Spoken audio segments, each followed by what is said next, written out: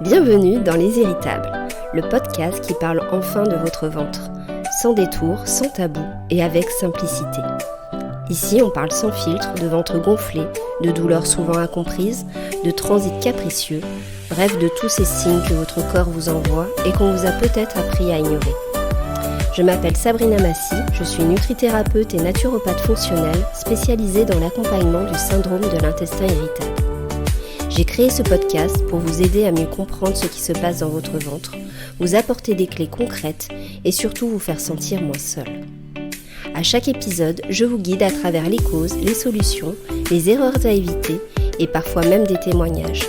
Parce que parler de ce qu'on vit, c'est déjà avancer. Bonne écoute! Bonjour et bienvenue dans ce nouvel épisode. Aujourd'hui, j'ouvre un sujet qui revient très souvent quand on souffre du syndrome de l'intestin irritable, le régime Low FODMAPs. Peut-être que vous en avez déjà entendu parler, peut-être même que vous avez tenté de le suivre sans trop savoir par où commencer, ou que vous avez eu l'impression que ça ne fonctionnait pas sur vous. C'est normal, ce régime est à la fois très documenté mais aussi souvent mal compris. Et quand on essaye de l'appliquer seul, ça peut vite devenir une vraie source de stress supplémentaire alors qu'on cherche justement à soulager ses symptômes. Dans cet épisode, je vais vous expliquer de manière simple ce que sont les FODMAPs, pourquoi ils peuvent poser problème quand on a un S2I et en quoi consiste concrètement ce protocole. Protocole parce que vous verrez, ça se fait en plusieurs étapes. L'objectif, ce n'est pas de vous convaincre que ce régime est la solution miracle. D'ailleurs, s'il y avait une solution pour le syndrome de l'intestin irritable, je ne serais pas là à faire toute une émission sur le sujet. Mais je veux que vous compreniez comment il fonctionne et pourquoi il peut être une piste sérieuse à explorer à condition de bien l'utiliser. On va voir ensemble les grandes étapes de ce régime et je vous partagerai aussi ce que j'observe en consultation, ce qui aide vraiment, ce qui coince souvent et comment l'adapter à votre réalité. Prenez ce temps pour vous, posez-vous et on démarre tout de suite. Alors, commençons simplement. Que veut dire le mot FODMAPs ?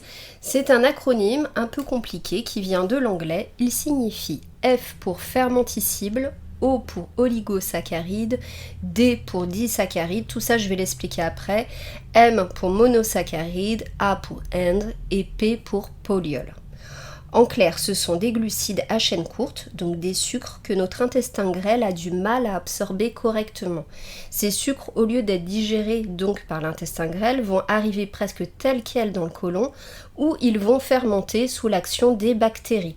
Cette fermentation, ce qui va provoquer chez certaines personnes des ballonnements, des douleurs abdominales, des gaz, parfois des diarrhées ou de la constipation.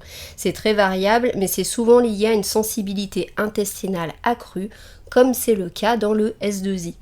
Alors pour vous donner un exemple plus concret de ce que recouvre chaque catégorie, les oligosaccharides ce sont surtout les fructanes, donc on les trouve dans l'ail, l'oignon ou encore le blé, et les galacto-oligosaccharides qu'on appelle aussi GOS, G-O-S, présents dans les légumineuses, pois chiches, lentilles, haricots. Les disaccharides, c'est principalement le lactose qu'on trouve dans le lait et les produits laitiers non fermentés. Les monosaccharides, c'est le fructose en excès par rapport au glucose qu'on retrouve dans les fruits comme les pommes, les poires ou la pastèque. Et les polyols, ce sont les édulcorants naturels ou artificiels qui se terminent souvent en ol comme le sorbitol ou le mannitol qu'on trouve aussi bien dans certains fruits comme les prunes, les cerises, que dans les chewing-gums ou les produits allégés. Ce qui complique les choses, c'est qu'un même aliment peut contenir plusieurs types de FODMAPs. Par exemple, la pomme contient à la fois du fructose et des polyols. C'est pour ça que certaines personnes ne comprennent pas pourquoi un fruit apparemment sain peut déclencher des douleurs. Et c'est là que le régime FODMAPs entre en jeu. Il a été mis au point par une équipe de chercheurs australiens de l'université Monash et son but est justement d'identifier les FODMAPs que chaque personne tolère mal pour pouvoir ensuite construire une alimentation personnalisée. Alors maintenant que vous avez une idée un peu plus claire que ce que sont les FODMAPs, parlons du régime en lui-même. Il se déroule en 3 phases bien distinctes et c'est important de comprendre que chacune a un objectif bien précis. On ne reste pas bloqué dans la phase 1 comme beaucoup le pensent et le font. Donc la première phase, c'est la phase d'éviction, c'est celle dont on entend plus parler, c'est aussi la plus exigeante. Pendant environ 4 à 6 semaines, on va chercher à réduire fortement l'apport en FODMAPs pour soulager les symptômes digestifs. Ce n'est pas une suppression totale parce que c'est très difficile à atteindre et c'est pas nécessaire surtout, mais on vise une réduction suffisante pour pouvoir voir si les troubles diminuent.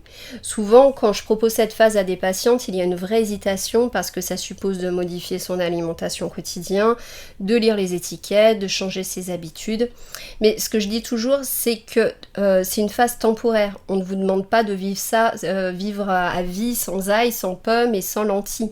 Et surtout, cette phase peut vraiment être révélatrice. En quelques semaines, certaines personnes retrouvent un confort digestif qu'elles n'ont pas connu parfois depuis des années. Il y a une patiente qui m'a dit il n'y a pas longtemps, après 3 semaines de régime, j'avais oublié ce que c'était de ne pas avoir de douleur. Donc voilà, ça vaut le coup quand même d'essayer. Après, je ne vais pas vous mentir, cette phase demande de la rigueur. Et c'est là qu'un accompagnement est vraiment utile, pour ne pas se sentir seul, pour éviter les erreurs fréquentes et pour s'assurer qu'on garde une alimentation équilibrée malgré tout. Une fois que la phase d'éviction a permis de calmer les choses, c'est-à-dire qu'on observe une amélioration nette des symptômes, moins de ballonnement, moins de douleur, un transit plus stable, on entre dans la phase de réintroduction. Et cette phase-là, elle est absolument essentielle. C'est elle qui va permettre de faire le tri. Qu'est-ce que vous tolérez bien, qu'est-ce que vous tolérez mal et dans quelle quantité? Parce que l'objectif, c'est pas de rester sur une alimentation ultra restreinte, ce n'est ni viable sur le long terme, ni bon pour votre microbiote, ni pour votre équilibre alimentaire ou même votre morale d'ailleurs. Mais alors, comment ça se passe? On réintroduit un seul groupe de FODMAPs à la fois et avec un aliment test bien précis. Par exemple, si on teste la famille des fructanes, on peut choisir le pain de blé blanc. On commence par une petite quantité, puis une moyenne, puis une plus grande, sur 3 jours, tout en observant ses symptômes. Et pendant cette période, on garde tous les autres FODMAPs à l'écart. On ne teste qu'un seul groupe à la fois, sinon c'est impossible de savoir qui est responsable d'un éventuel inconfort. Ce que je remarque souvent en consultation, c'est que cette phase-là génère pas mal de peur. Il y a une sorte d'appréhension à l'idée de refaire venir les symptômes. Certaines personnes me disent « mais j'ai enfin retrouvé un confort, j'ai pas envie de tout gâcher » et je les comprends vraiment, mais en réalité, cette phase est la clé pour sortir du régime restrictif. Elle permet de reprendre confiance dans son système digestif, de se réapproprier petit à petit les aliments et surtout de ne pas rester enfermé dans des croyances comme « je peux plus jamais manger des pommes » ou « je peux pas manger des lentilles, c'est fini pour moi ». Ce que j'observe aussi, c'est que les réactions peuvent être très nuancées. Quelqu'un peut très bien ne pas supporter l'oignon cru, mais tolérer une petite quantité d'ail cuit dans l'huile, ou encore ne pas supporter une demi-pomme entière, mais très bien digérer 2 cuillères de compote de pommes. C'est pour ça que cette phase demande de la patience, un peu de rigueur aussi, et souvent un accompagnement, parce qu'il y a des ajustements à faire en fonction de vos réponses, et pas de ce qu'on lit sur Internet. Et une fois qu'on a identifié ce qui pose problème et ce qui se passe bien, on arrive à la dernière phase du protocole, la personnalisation. C'est vraiment la plus intéressante cette phase, mais aussi la plus méconnue. C'est là qu'on arrête de suivre une liste toute faite et qu'on commence à bâtir une alimentation adaptée à soi, à ses tolérances, à son quotidien, à ses préférences aussi. En gros, on se dit « Ok, je sais que je supporte bien les lentilles en petites portions, mais pas les pois chiches. Je peux manger du fromage à pâte dure, mais j'évite le lait. Ou encore, les pommes, je les garde pour les jours où je suis plus détendue, mais sinon, je préfère les kiwis, etc. etc. » C'est pas gravé dans le marbre. On peut réessayer certains aliments quelques mois plus tard, parce que la tolérance digestive évolue aussi avec le temps, avec le stress, le microbiote, les hormones. D'ailleurs, j'ai souvent vu des personnes qui en période de vacances digéraient mieux certains aliments qu'en pleine période de stress au travail, comme si le système digestif disait là je peux gérer, mais là non. Donc cette phase, on n'est plus dans la peur, mais on est dans l'exploration. On remet un peu plus de variété, on joue avec les quantités, on cuisine autrement. Et ce que je trouve vraiment précieux, c'est que c'est aussi une phase qui redonne de la liberté. Parce qu'on n'est plus en train de suivre un régime parce qu'il faut ou parce qu'on a lu que tel aliment était inflammatoire ou fermenticible. On s'appuie sur son expérience propre, sur ses ressentis et après on ajuste. J'aime bien dire que cette phase, c'est le moment où on apprend à manger en conscience, avec stratégie mais sans rigidité. Ça ne veut pas dire qu'on ne fera plus jamais d'erreurs ou qu'on ne ressentira plus jamais de symptômes. Ça veut juste dire qu'on saura d'où ça vient et surtout quoi faire derrière. Et franchement, ça c'est un vrai soulagement. On sort du flou, on sort du tout j'ai tout essayé, rien ne marche, on entre dans une alimentation sur mesure, vraiment ajustée à ses besoins, à son histoire digestive, à son rythme de vie.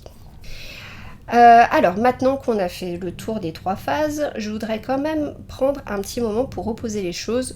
Oui, le régime Low FODMAPS est un outil précieux. Quand il est bien mené, il peut vraiment soulager, parfois même transformer le quotidien de certaines personnes qui vivaient depuis des années avec des troubles digestifs sans réponse, sans solution. Et je le dis souvent, c'est pas qu'un régime d'exclusion, c'est surtout un outil de compréhension de soi. Ça vous permet d'identifier vos propres déclencheurs, de mieux connaître votre seuil de tolérance, d'apprendre à écouter ce qui se passe dans votre ventre, et ça, c'est déjà énorme. Mais en même temps, c'est pas un remède magique, et j'insiste là-dessus parce que je vois beaucoup de gens qui espèrent que le régime FODMAPS va tout régler. La réalité, c'est que parfois les symptômes persistent, même après une éviction bien menée, ou bien ils reviennent dès qu'on réintroduit le moindre aliment. Et pourquoi ? Parce que les troubles digestifs et le S2I sont multifactoriels. Et oui, il peut y avoir un déséquilibre du microbiote, une hyperméabilité intestinale, du stress chronique, une relation difficile à l'alimentation, des fluctuations hormonales ou encore des composantes inflammatoires ou neurologiques, comme dans le S2I post-infectieux par exemple. Et c'est exactement pour ça que l'accompagnement, le suivi personnalisé est fondamental, parce qu'on va pouvoir aller plus loin que le simple cadre alimentaire et travailler sur ce qui entretient les symptômes. Donc le stress, le sommeil, les carences, le microbiote, les émotions autour de la digestion, etc. Voilà, je pense qu'on a fait un bon tour d'horizon sur le régime Low FODMAPS. C'est un outil qui peut vraiment faire la différence quand on souffre de troubles digestifs chroniques, en particulier dans le cadre du syndrome de l'intestin irritable. Mais comme on l'a vu, ce n'est pas une solution miracle et ce n'est pas non plus un régime à suivre sur le long terme. L'objectif, c'est toujours de retrouver une alimentation la plus variée et la plus sereine possible, tout en respectant ses propres tolérances.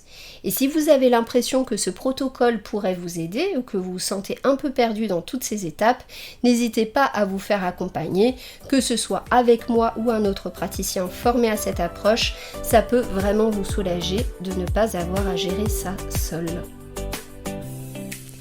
Si cet épisode vous a parlé, pensez à vous abonner, à partager ou en parler autour de vous, mais surtout laissez un avis, c'est très important pour que le podcast se fasse connaître au plus grand nombre. Et on se retrouve très vite dans un prochain épisode de Les Héritables. À très bientôt.